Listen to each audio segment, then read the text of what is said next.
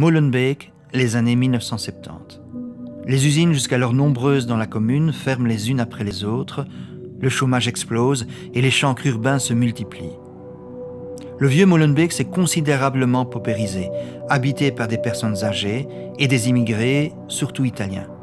2 projets controversés sont alors poussés par l'administration du bourgmestre socialiste Mark Tens.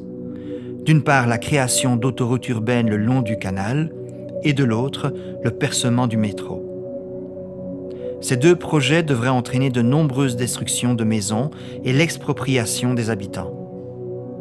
Dans ces projets, la population de Molenbeek n'est ni consultée ni prise en compte. Mais c'est sans compter un regain de colère face au mépris des pouvoirs publics. Des habitants de Molenbeek s'unissent pour faire entendre leur voix dans ce qui deviendra le collectif du vieux Molenbeek. Manifestations, protestations, informations et conscientisation des habitants à leurs droits sont des outils que ce collectif déclinera avec un succès certain, puisque ces travaux controversés seront réadaptés. L'ASBL Larue naît dans ce contexte pour perpétuer le combat et garder une vigilance citoyenne.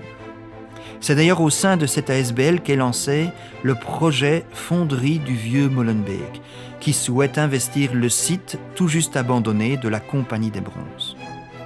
Guido van der Hulst, Jean-Pierre Nandrin et d'autres activistes d'horizons très divers ont en tête le concept d'écomusée, une approche novatrice et collaborative du musée.